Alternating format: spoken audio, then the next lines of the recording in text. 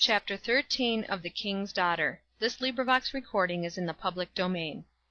King's Daughter by Pansy. Chapter 13. A Strange Scene in a Bar Room. I will never leave thee, nor forsake thee. Dell and Mr. Tresevant walked homeward, a fair share of the way, in almost absolute silence. Dell ventured a remark or two about the beauty of the evening, but she received absent-minded replies, until she began to wonder why he did not go his own homeward way, and commune with his own thoughts without disturbance, if such were his desire. At last she broke the silence, and spoke in a mischievous tone. "Mr. Tresevant, why don't you criticize our performance this evening?" "How do you know I'm in a critical mood?" he asked quietly. "Oh, I know you are longing to disapprove of a dozen things that were said and done. I can see it in your face. The moonlight is very bright, you know. Besides, I looked at you twice during the evening." He laughed a little at that, then said, gravely: "Since you read my face so well, I may as well confess to you that I did entirely disapprove of the tenor of the arguments tonight.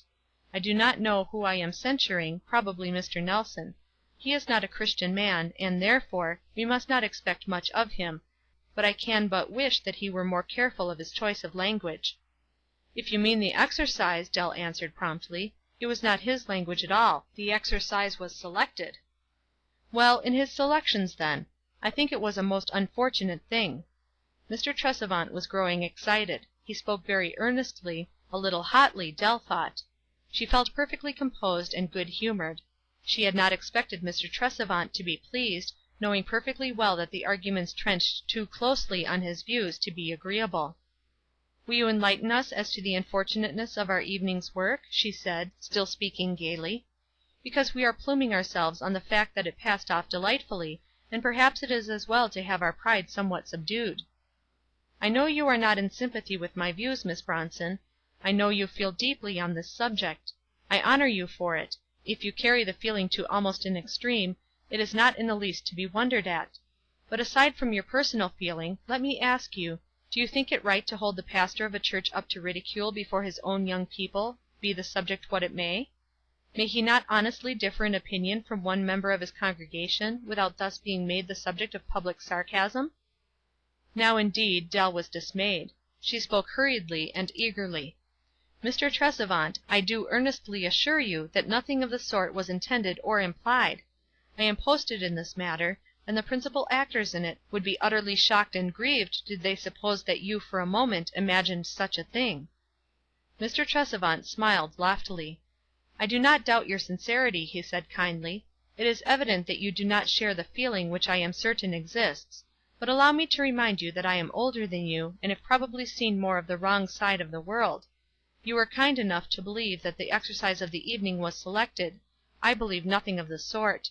I consider Mr. Nelson entirely capable of having written it, and I have not the least doubt but that he did so, and it was most closely and unkindly aimed at me throughout. I confess I once thought him more of a gentleman than to be guilty of so small a thing, but I must change my mind." Dell's voice lost its touch of dismayed distress. It was cold and had a touch of hauteur as she said: "You have an undoubted right to believe what you please, a right which you seem bent on gratifying to the utmost tonight. Therefore I cannot know that you will please to believe me when I tell you that Mr. Nelson never heard one word of the exercise until this evening, and that it was prepared by my Uncle Edward and myself, before I had so much as heard of your existence, so that I am at a loss to understand how it could be considered a personal attack, unless it touched you so nearly that you must accept it as belonging to you." It was Mr. Tresevant's turn to be dismayed. "Miss Bronson, I beg your pardon," he said, in a voice full of distress. "I did not imagine, I assure you I had no idea. I do hope you will overlook my language." "There is no occasion to apologize," Dell said gaily, her good humor having returned. "Indeed, you have quite honored me in appropriating my wisdom as Mr. Nelson's, and if I have proved to you that personality was the farthest from my thoughts, I think I have fairly earned the right to hear your criticisms." "I am sorry that while I admire the genius displayed, I must be frank and not approve some of the arguments," he answered gravely. "I am not sorry at all. I knew you would not approve. What I want to know now is the reason why." "Miss Bronson, haven't we been all over this ground before?" "Not a bit," Dell said promptly. "The arguments are not old ones. We considered that we advanced some, at least, that are original. Now for your objections." "I do not approve of exacting indiscriminate promises, especially from the young, for any purpose whatever." "Nor do I; but how does your remark apply to us? The promise asked for to night applied to something very definite, very simple, and something that had been very carefully explained." "Have you an idea that the promise extorted from that child to night, in regard to her some time in the future marrying somebody, will be in the least likely to be kept, provided it conflicts with her future wishes?" "I don't know," Dell answered gravely. "But, Mr. Tresevant, the same child united with your church 2 weeks ago. Have you an idea that she will keep the solemn promise that you, I will not say extorted from her, although I think there certainly was as much appearance of extortion as there was in our meeting this evening?" "If she does keep it," he answered her, in some heat, and ignoring the question she asked, "if she does keep it, I think you have laid her under a cruel obligation; one that may be the cause of great and unnecessary suffering. The man who seeks her for a wife might be in every way worthy of her, and yet have conscientious scruples against signing a pledge. How can you think it right to fetter people thus?" Then Dell did a most disrespectful thing. She laughed, but she immediately apologized for it. "I beg pardon, Mr. Tresevant. You undoubtedly have a right to your own views, and I suppose I have a right to consider them absurd if I choose. But if you wish me to define my opinion, it is simply that a good man, who has considered the magnitude of the evils of intemperance, and who has resolved in his heart and asked God to help him, to do everything in his power by precept and example, and in every other way that he thinks right to put down the evil, is in my estimation solemnly pledged. If he is conscientiously opposed to putting his name on a piece of paper, he is a mystery to be sure, and to me he would be an absurdity. I should consider him standing in his own light and trampling on one means of usefulness, but that would not alter the nature of his solemn pledge between God and his own soul.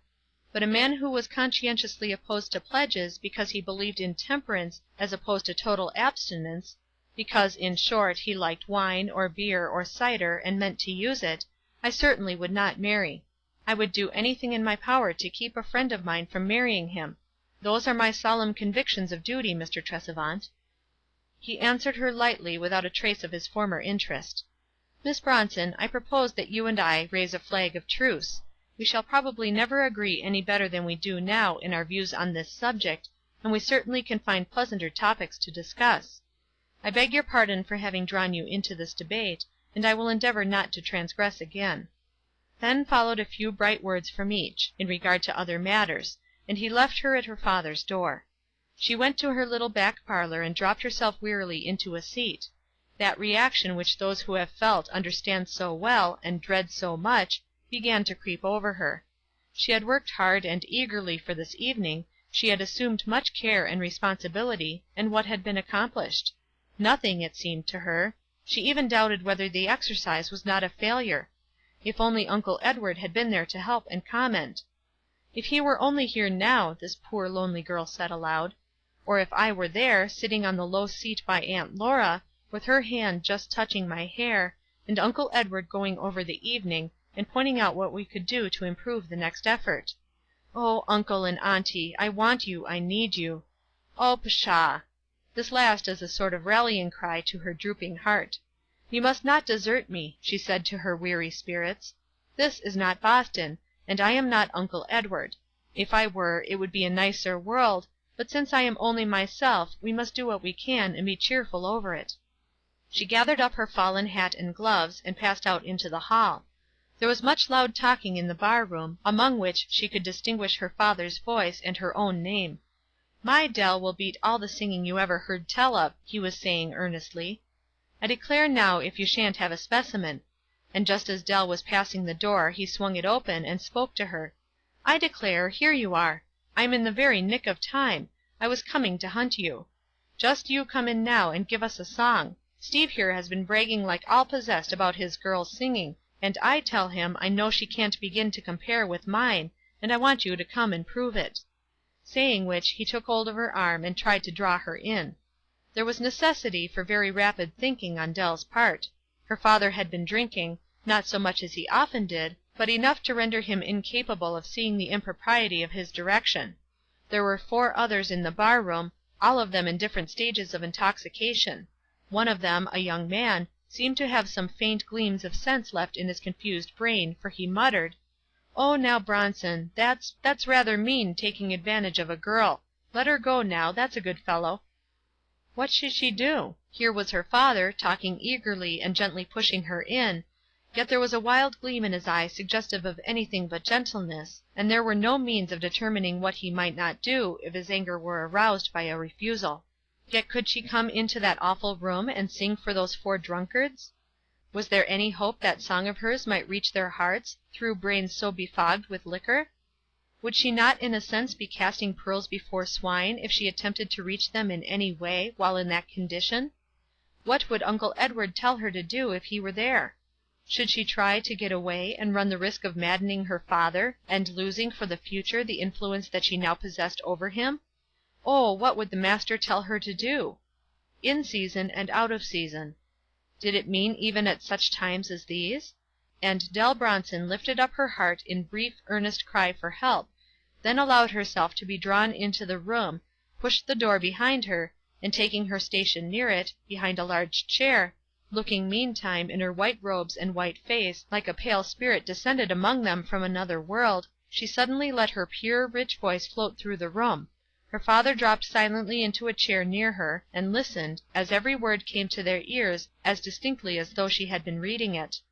"Say, sinner, hath a voice within, oft whispered to thy secret soul, urged thee to leave the ways of sin, and yield thy heart to God's control?" Sinner, it was a heavenly voice. It was the Spirit's gracious call. It bade thee make the better choice, and haste to seek in Christ thine all. Spurn not the call to life and light, regard in time the warning kind. That call mayst not always slight, and yet the gate of mercy find. Sinner, perhaps this very day thy last accepted time may be. Oh, shouldst thou grieve him now away, then hope may never beam on thee. Even Dell herself was conscious of the fact that she had never sung before, as she sang those words that night. They seemed to be wrung from her very soul, and her listeners sat as if they felt something of their power. Through to the end, with clear, full tones, then as silently and swiftly as if she had indeed been a spirit, she turned and vanished from the room. She ran upstairs through the hall to her own room, and locked and bolted the door. Then she flung herself on her knees and buried her head in the pillow, giving way to a perfect passion of tears. The utter desolation and bitterness of her lot rolled heavily upon her. What a humiliation had come over her! What would her Boston friends have thought to have found her singing songs in a bar-room to a company of drunkards, and one of them her father? Oh, the bitterness of that thought! She felt utterly crushed and hopeless. Her life seemed to her not worth a struggle. What had she accomplished? What could she accomplish?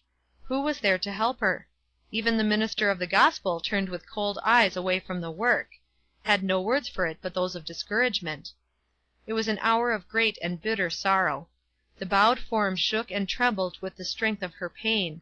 The poor motherless, worse than fatherless girl felt utterly desolate and alone. Gradually the stormy grief subsided, and her tears came quietly, and after a little there came to the lonely girl a sweet remembrance of the fact that she was not alone, that there really was no such thing as lonely hours for her. Had not her father said, "I will never leave thee nor forsake thee"? "I am a weak, foolish child," she said aloud. "I constantly forget my Father's house, and the room preparing for me there. I even forget my Father's presence and promise, and complain that I am alone and desolate. O Father, forgive my murmuring, and teach me how to endure patiently, remembering that thy ways are not as our ways." End of chapter 13. Recording by Trisha G.